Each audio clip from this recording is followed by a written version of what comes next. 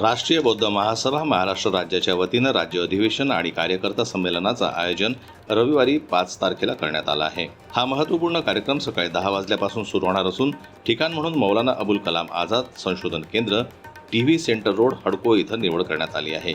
या अधिवेशनाचे उद्घाटक व मुख्य मार्गदर्शक म्हणून धर्मप्रकाश भारतीय बौद्ध उपस्थित राहणार आहेत। तसेच प्रमुख उपस्थितांमध्ये BS बौद्ध, डॉक्टर चांदेव शेंडे, इंजिनियर शेवराव धांगळे आणि LP अमृत बौद्ध यांचा समावेश आहे। याशिवाय विविध पदाधिकारी आणि मान्यवरांची उपस्थिती या कार्यक्रमाला लाभणार असून खेमेंद्र सोलंकी, शुद्धोदन बडगुणे, डॉक्टर विलास चव्हाण, ईश्वर कडवे यांच्यासह अनेक मान्यवर सहभागी होणार आहेत।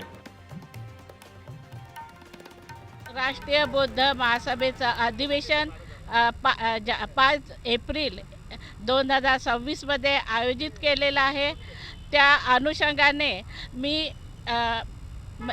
अनुषंगाने 28 राज्यातील लोक इथं उपस्थित राहणार आहे।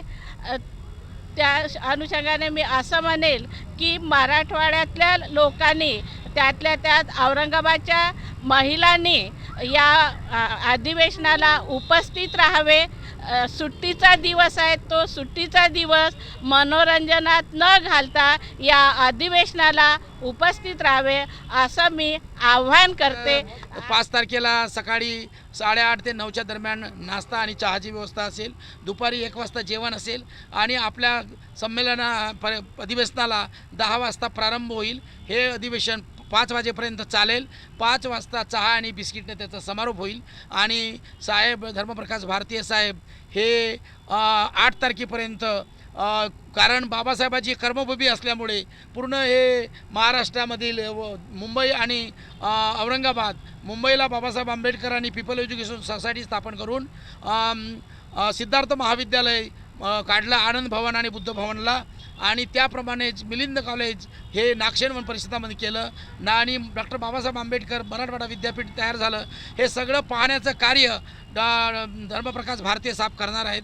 यासाठी येणाऱ्या 5 एप्रिलच्या या धम्माच्या कार्यक्रमासाठी अशी राहील की बॅनर कोणतं जरी असलं तरी बुद्ध, धम्म आणि संघ जर ऐकायला मिळत असेल, समजून घ्यायसाठी स्टेज मिळत असेल, कार्यक्रम मिळत असेल, तर सामाजिक समता संघाच्या वतीने महात्मा ज्योतिबा फुलेचे कार्यकर्ते, शाहू महाराजांचे कार्यकर्ते, डॉक्टर बाबासाहेब आंबेडकरांचे कार्यकर्ते, लोकशाहीर अण्णाभाऊ साठेंचे कार्यकर्ते, संत गाडगे महाराजांचे कार्यकर्ते, संत कबीराचे कार्यकर्ते, संत रोहिदास महाराजांच्या सर्व कार्यकर्त्यांना सामाजिक समता संघाच्या वतीने मी असं आवाहन करतो की त्यांनी ह्या धम्माच्या कार्यक्रमाला 5 एप्रिलला उपस्थित राहून धम्म ऐकून, धम्म ग्रहण करून आपले जीवन त्याप्रमाणे व्यतीत करण्यासाठी या कार्यक्रमाला उपस्थित राहावं अशी मी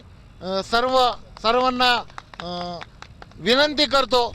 आणि जवळपास औरंगाबाद शहरामध्ये म्हणजे छत्रपती संभाजीनगरमध्ये 300 लोकांची तयारी केलेली आहे। यामध्ये सकाळी सर्वांसाठी चहा नाश्त्याची व्यवस्था आहे।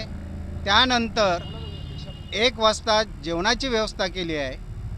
त्यानंतर 4-4:30 वाजता चहा पाणी बिस्किटची व्यवस्था केली आहे। एकंदरीत सर्वांसाठी या ठिकाणी पूर्ण व्यवस्था करण्यात आलेली आहे।